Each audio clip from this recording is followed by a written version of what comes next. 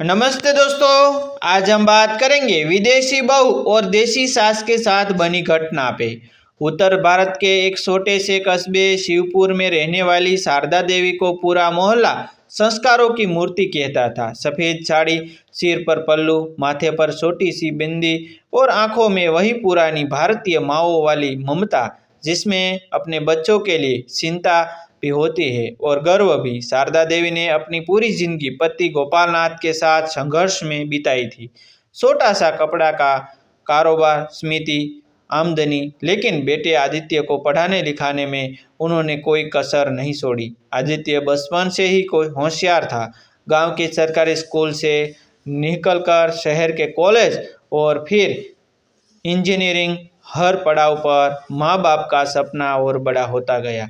शारदा देवी रोज मंदिर में दिया जलाकर यही प्रार्थना करती थी कि उनका बेटा इतना आगे बढ़े कि कभी गरीबी की तरफ पीछे मुड़कर न देखे। समय बदला, किस्मत बदली और आदित्य को अमेरिका की एक मल्टीनेशनल कंपनी से जॉब ऑफर मिल गया। पूरे कस्बे में ढोल नगाड़े नहीं बजे, लेकिन हर घर में यही चर्चा थी कि शारदा का बेटा विदेश जा रहा है। शारदा देवी के लिए एक खुशी और डर दोनों का पल था। खुशी इसलिए कि बेटे ने वो काम पा लिया था जिसकी उन्होंने कल्पना भी नहीं की थी, और डर इसलिए कि अब बेटा हजारों मील दूर चला जाएगा। एयरपोर्ट पर जब आदित्य ने माँ के पैर छुए तो शारदा देवी की आंखें भर आई। उन्होंने कांपते हाथों से बेटे के सिर पर हाथ रखा और कहा, जहाँ भी रहो बेटा, अपने संस्कार मत भूलना। अमेरिका पहुंचने के बाद आदित्य की जिंदगी तेजी से बदलने लगी। चमकती सड़कें, ऊंची इमारतें, तेज रफ्तार जिंदगी और खुली सोच, सब कुछ नया था। वही उसकी मुलाकात हुई एना विल्सन से, जो उसी कंपनी में काम करती थी। गोरी रंगत, आत्मविश्वास से भरी आवाज़, खुले विचार और बेबाक हंसी। एना आदित्य को पहली ही मुलाकात में अलग ही लगी। ऑफिस की दोस्ती कप कॉफ़ी टेंड और फिर प्यार में बदल गई। आदित्य को खुद भी पता नहीं चला। कुछ महीनों बाद आदित्य ने भारत फ़ोन किया और माँ को बताया कि वह शादी करना चाहता है। जब शारदा देवी ने सुना कि बहू विदेशी है तो एक पल को उनका दिल धक से रह गया। उन्होंने कभी अपने बेटे के लिए विदेशी बहू की कल्पना नहीं की थी। उनके मन में न जाने कितने सवाल उठे। क्या वह लड़की भारतीय रीत रिवाज समझ पाएगी? क्या वह परिवार को अपनाएगी?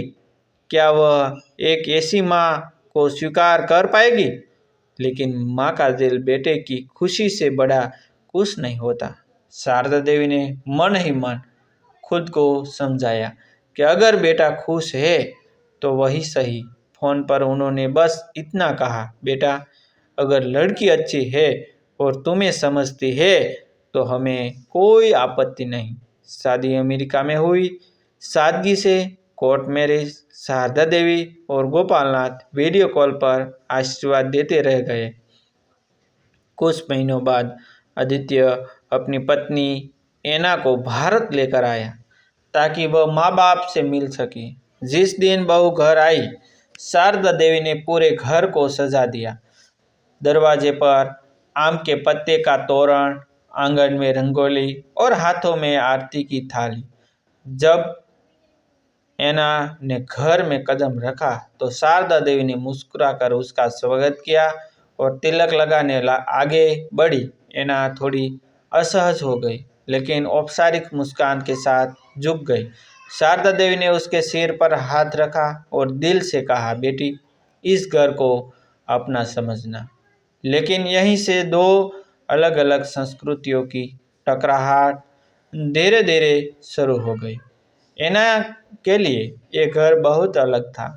संयुक्त परिवार, सुबह शाम पूजा, रसोई में मसालों की खुशबू, बिना फ्रिज का खाना और सबसे बड़ी बात, हर बात में लोग क्या कहेंगे का डर। एना को सुबह देर तक सोने की आदत थी, जबकि शारदा देवी सूरज उगने से पहले उठा जाती थी।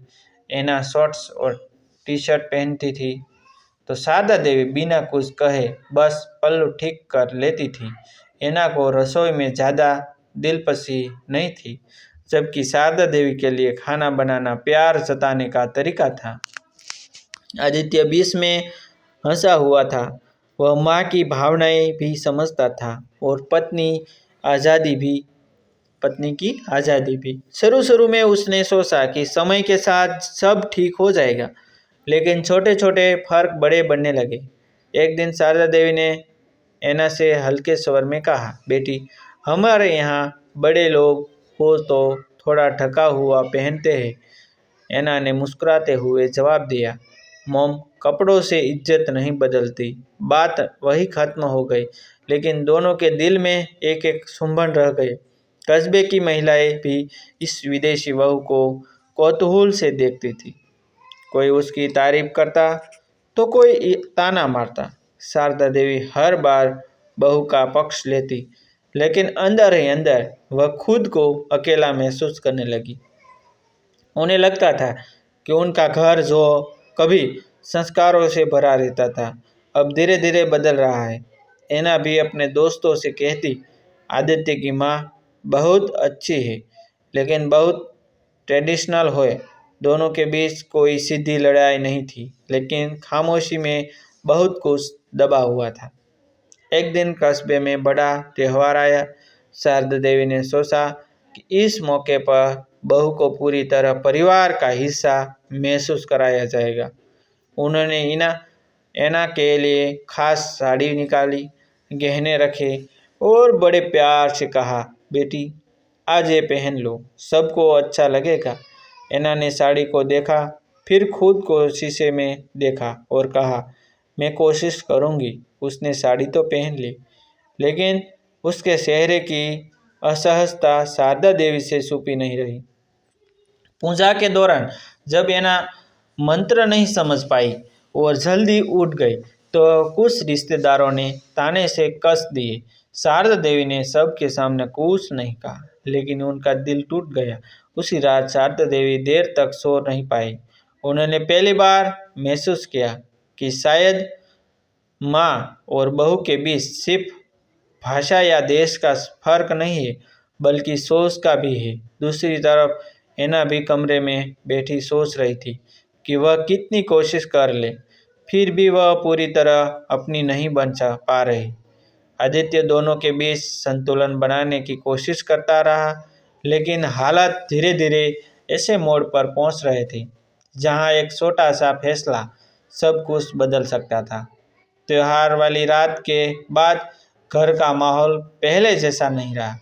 शारदा देवी पहले की तरह हर सुबह आंगन में झाड़ू लगाती, तुलसी में जल चढ़ाती और रसोई में चूल्हा जलाती, लेकिन अब उनके चेहरे पर वही सुकून नहीं था जो कभी हुआ करता था। और ऐना भी अपने कमरे में ज़्यादा वक्त बिताने लगी थी, मोबाइल और लैपटॉप के सहारे अपने ही संसार में खोई हुई, जहां उसे बार बार यही लगता था कि वह चाहे जितना भी प्रयास कर ले, इस घर में उसकी पहचान हमेशा विदेशी बहू की ही रहेगी, न कि एक साधारण बेटी की तरह।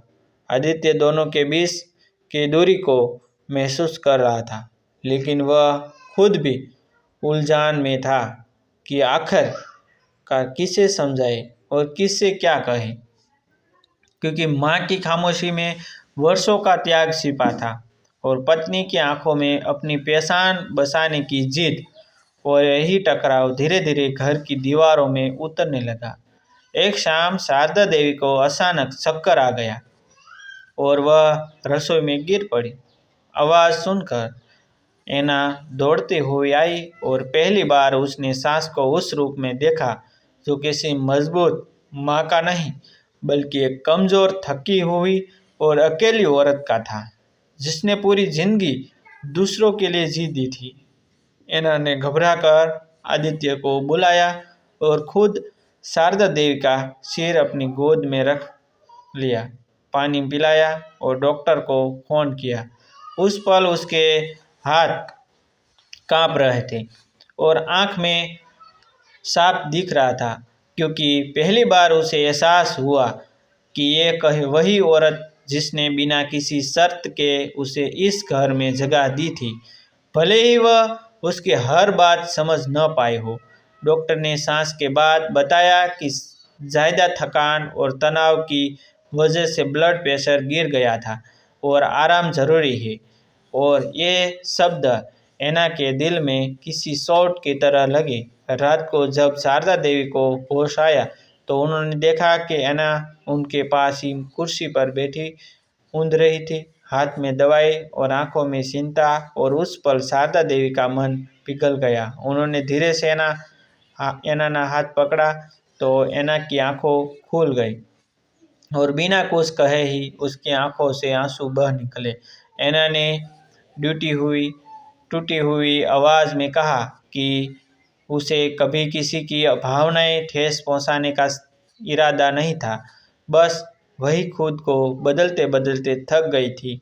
और शारदा देवी ने पहली बार अपनी बहू को नहीं बल्कि एक इंसान को सुना जिसने अलग माहौल में जन्म लिया था। उस रात दोनों के बीच लंबी बातचीत हुई, बिना तानों के, बिना शिकायतों के, जहां शारदा देवी ने बताया कि उन्हें ये लिए परंपरा डर नहीं बल्कि सहारा है, और ऐना ने बताया कि आज़ादी उसके लिए आसमान नहीं बल्कि आत्मसम्मान है। और वही दोनों ने महसूस किया कि अगर थोड़ा सा झुक जाए तो विष का फसाला खुद बेखुद कम हो सकता है। आदित्य चुपचाप बाहर खड़ा ये सब सुन रहा था और उसकी आंखों भर आई, क्योंकि उसे पहली बार लगा कि उसका घर टूटने से बच गया है। अगली सुबह कुछ बदला बदला सा रहा था। शारदा देवी ने ऐना को रसोई में बुलाया और कहा कि आज साथ में खाना बनाएंगे, और ऐना ने भी मुस्कुराकर हामी हाँ भर दी। उसने भारतीय मसालों के बारे में सवाल पूछे और शारदा देवी ने धैर्य से जवाब दिए, और पहली बार दोनों के बीच हंसी गूंजी, जो किसी समझौते की नहीं बल्कि अपनापन पैदा होने की हंसी थी। कस्बे वालों को भी धीरे धीरे महसूस होने लगा कि ये विदेशी बहू अब सिर्फ देखने की चीज़ नहीं बल्कि घर का हिस्सा बन चुकी है। कहानी यही एक उम्मीद पर रुकती है, जहाँ रिश्ते पूरी तरह परफेक्ट नहीं हुए हैं लेकिन टूटने की कंगार से वापस लौट आए हैं, और ये एहसास छोड़ जाती है कि संस्कार और सोच अगर दिल से जुड़ जाए तो देश और भाषा की दीवारें भी छोटी पड़ जाती है। अगर इस कहानी ने आपके दिल को छुआ हो, अगर आपको भी लगा हो कि रिश्ते देश और भाषा से नहीं बल्कि समझ और अपनापन से चलते हैं, तो इस वीडियो को लाइक ज़रूर करें। ऐसी ही सत्य सामाजिक कहानियाँ जो हमें सोचने पर मजबूर करती है और रिश्तों की असली कीमत बताती है। आगे भी देखते रहना चाहते हैं तो हमारे चैनल को सब्सक्राइब करें, इस कहानी को शेयर करें अपने परिवार और दोस्तों के साथ, ताकि हर घर तक यह संदेश पहुंचे कि प्यार और सम्मान से हर रिश्ता मजबूत बन सकता है। मिलते हैं अगली कहानी में। धन्यवाद दोस्तों। ऐसी न्यू स्टोरी देखने के लिए हमारा चैनल आप फिर से बोल रहे हैं हम सब्सक्राइब कर सकते हैं। थैंक यू दोस्तों। मिलते हैं एक न्यू वीडियो के साथ, एक नई स्टोरी के साथ। तब तक बने रहिए हमारे चैनल के साथ।